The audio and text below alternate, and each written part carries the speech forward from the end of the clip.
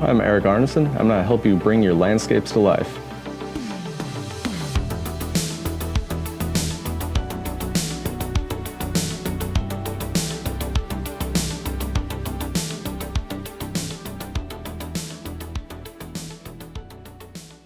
So now that we've completely drawn out the plan with the drafting pen, you're now ready to do the fun part, which is the marker rendering. So how I like to begin is I like to organize my colors in color combinations that I know would work well together and blend well together. And I like to start with the elements that are the highest above first, so I don't end up overlaying colors and blending things that won't work well together. So I'm first going to start with, this is a jade add marker. I'm going to make a crescent shape and just do one pass there. And we're going to use chrome green and gonna fill in the mid-tone and also blend over. And then this is a celery tone. It's a very light, almost yellowish color. I will do this for these 3 trees. So this one, since these trees are overlapping, I'm not gonna completely go through. I'm just gonna do the portion that is at the edge.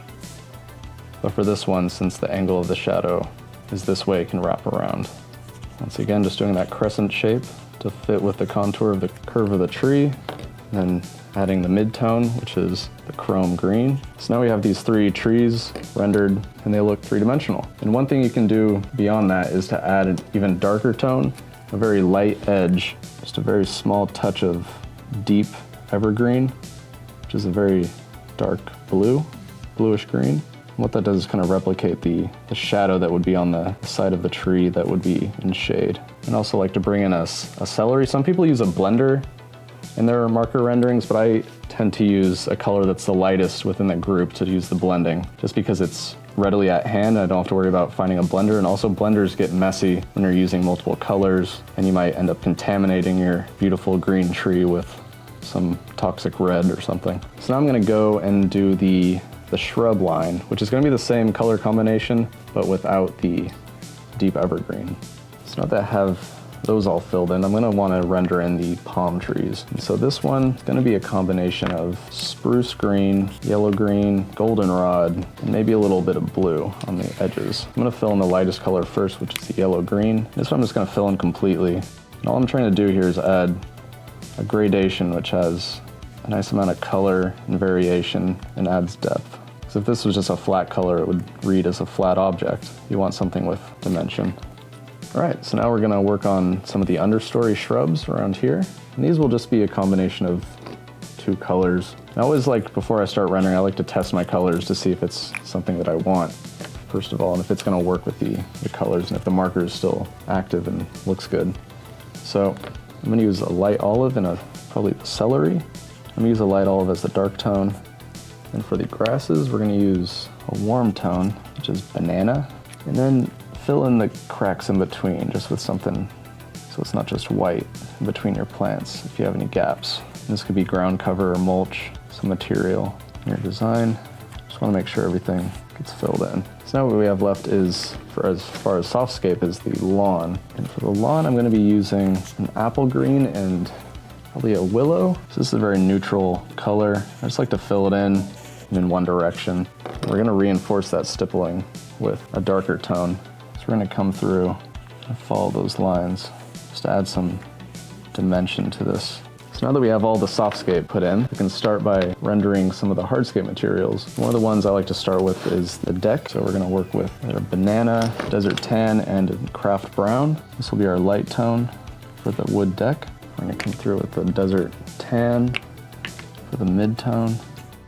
You wanna work with the grain of the deck, so you wanna be working with those lines that you drew for these pieces of wood, going with them. So you wanna make the effect of where there's a light spot, right next to it there's a dark spot, so there's a lot of contrast, and this is what makes the drawing more attractive and appealing, is this creation of these contrasts and creating these gradations that oppose each other. So now we have the deck drawn in.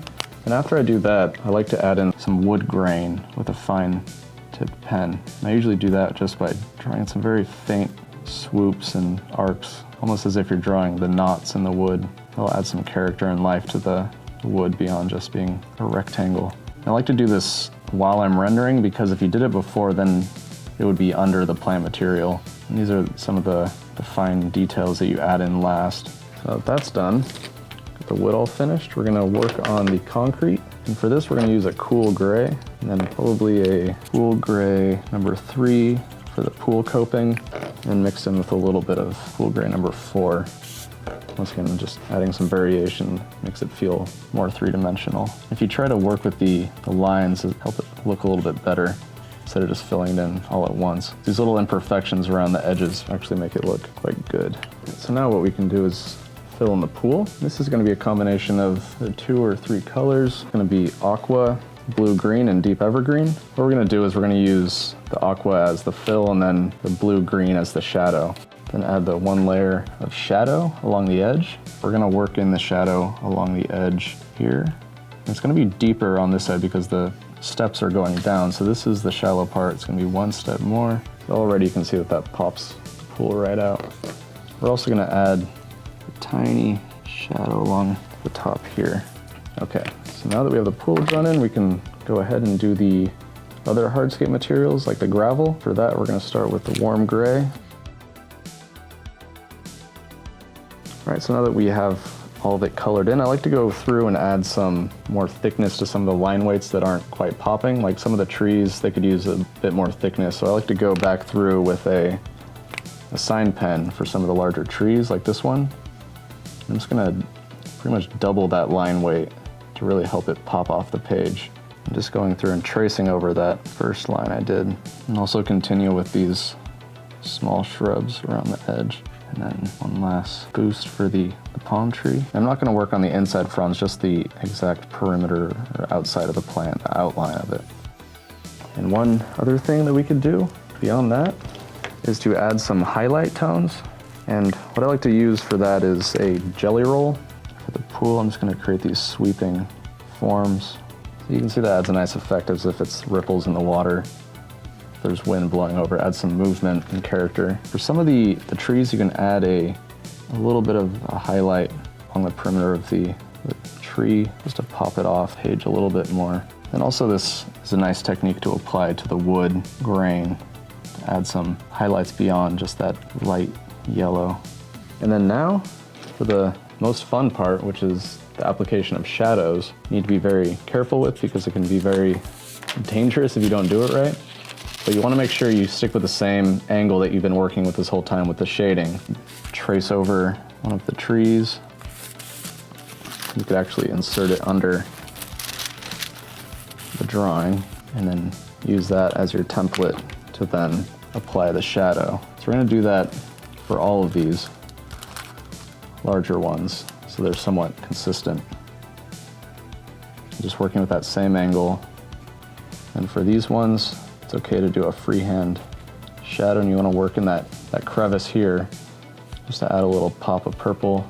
And the nice thing about purple is that it applies the effect of shadow over any color as long as you're not using other purples in the drawing. And after you've applied the shadow, the plan rendering is mainly complete and you're ready to present to your client with a beautiful landscape design.